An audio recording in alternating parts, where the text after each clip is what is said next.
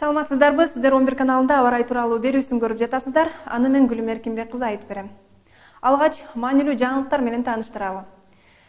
Бийик тоолордогу муздар Антарктидага көчүрүлүүдө.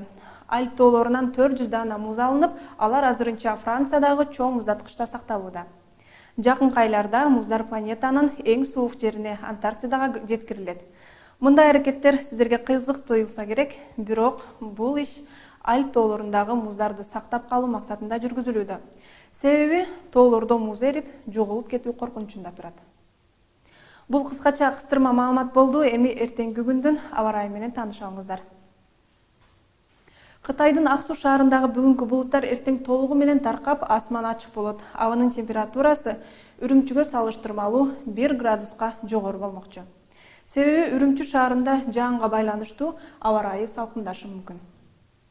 Ал эми Алматы шаарында эртең да күн бүркөө болот, бирок абанын температурасы бир аз жогорулашы мүмкүн. Алматы шаарында бүгүн жааган жаан эртең менен токтоп, күндүзү асман ачылып, кубандырышы мүмкүн. Өзбекстанда аба ырайы туруксуз. Фергана өрөөнүндө бүгүн кечинде жааган жаан түнкүсү токтоп, эртең күн жылмайып турат. Ташкентте бүгүн күн бүркөө болгону менен эртең күндүн бети көрүнүп, булуттар таркашы ыктымал.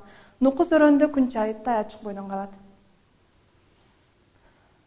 Түркмөнстанда аба ырайы дээрлик өзгөрбөйт. Абанын температурасы көпчүлүк аймактарда 32-33 градуска жогору болмокчу.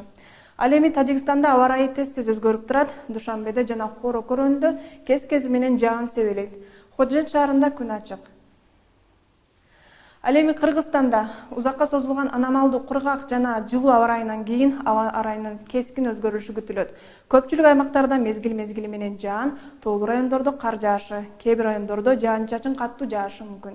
Кээ бир райондордо батыштан соккон шамалдын ылдамдыгы секундасына 18-23 метрге жетип, абанын күндүзгү температурасы Чүй, Ош, Жалал-Абад, Талас жана Баткен областарынын дыйканчылык аймактарында 17-22 градуска жылуулукка, Ысык көл жана Нарын областарынын дыйканчылык аймактарында 13-18 жылуулукка чейин, тоолуу райондордо 0,5 жылуулукка чейин төмөндөшү күтүлөт.